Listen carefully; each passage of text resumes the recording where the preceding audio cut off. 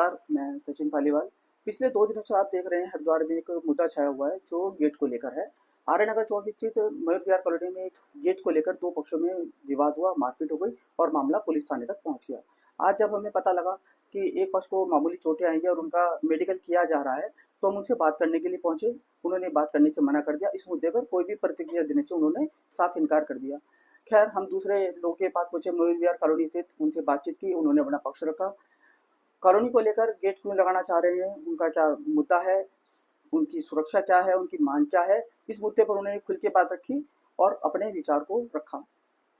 आइए जानते हैं उन्होंने क्या कहा। कॉलोनी में 40-50 लोग हैं जो अपनी सुरक्षा को लेकर गेट लगाना चाहते हैं, क्योंकि कॉलोनी में आए दिन चोरी की घटनाएं, कोई दारू पी के ड्रामा कर देता पार्क में, और अवांछित लोग आते हैं जिसको लेकर महिलाएं सुरक्षित महसूस करती हैं। बुजुर्ग हैं जो कि ओल्ड सिटीज़न हैं, वो बेचारे क्योंकि उनके आधे लोगों के तो बच्चे बाहर हैं, तो वो बेचारे रात बिरात उनको डर लगता है।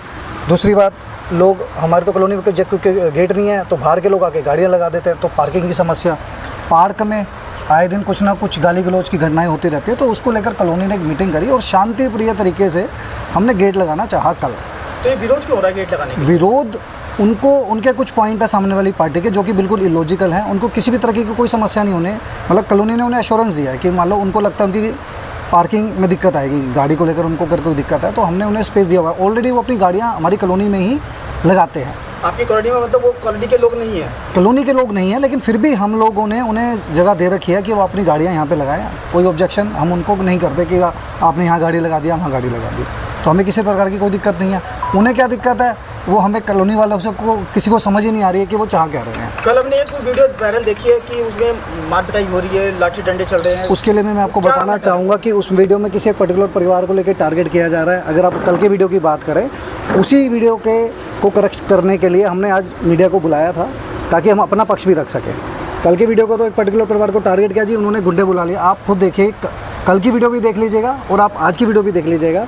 वीडियो तो आज की भी वायरल होगी सर।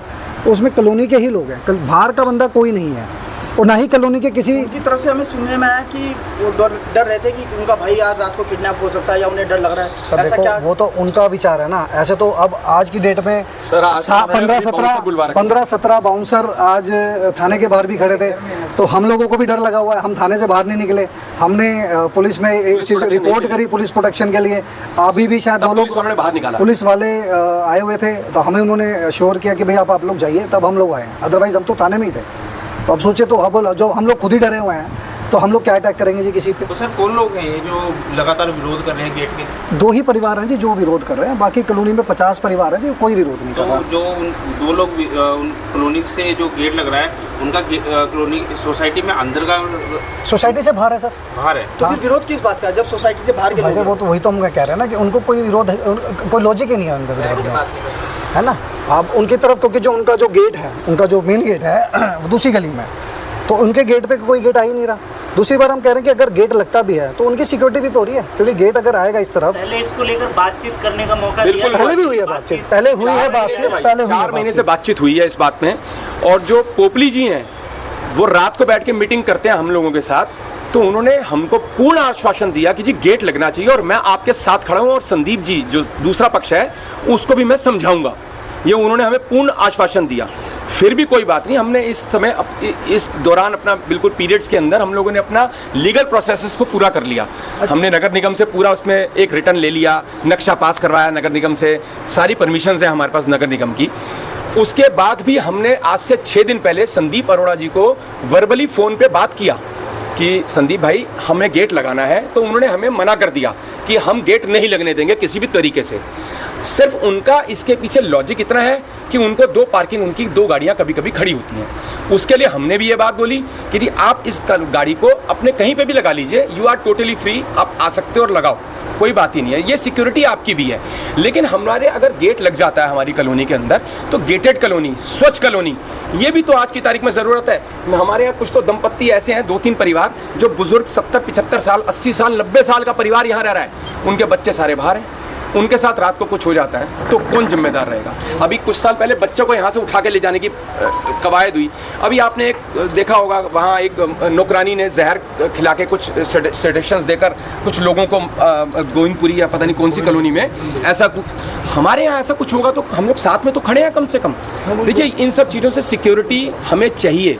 हम अगर अपनी ही कॉलोनी में गेटेड कर रहे हैं तो इससे कोई गलत नहीं कर रहे। मतलब इस पूरे प्रकरण में, पूरे मैटर में सतीश त्यागी जी का नाम आ रहा है। उनका क्या मैटर है? उनका नाम सिर्फ सतीश त्यागी जी को एक टारगेट करा जा रहा है इस माहौल के अंदर और कुछ नहीं है। सतीश त्यागी ही टारगेट क्यों हो रहे हैं? सिर्फ सतीश त्यागी जी को इसलिए टारगेट करा जा रहा है कि वो अपने आप में बिजनेसमैन है, एक अच्छा रिनाउंड नाम है, वो अपना जमीन दे रहे हैं, वो हम लोगों को अपनी जगह से गेट लगाने की परमिशंस दे रहे हैं। अब वो गेट नहीं लगने देना चाह रहे हैं तो इसलिए सतीश त्यागी जी को भी उन्होंने टारगेट करा हुआ है। सिर्फ इतना सा ही काम है भाई साहब, और कुछ नहीं है।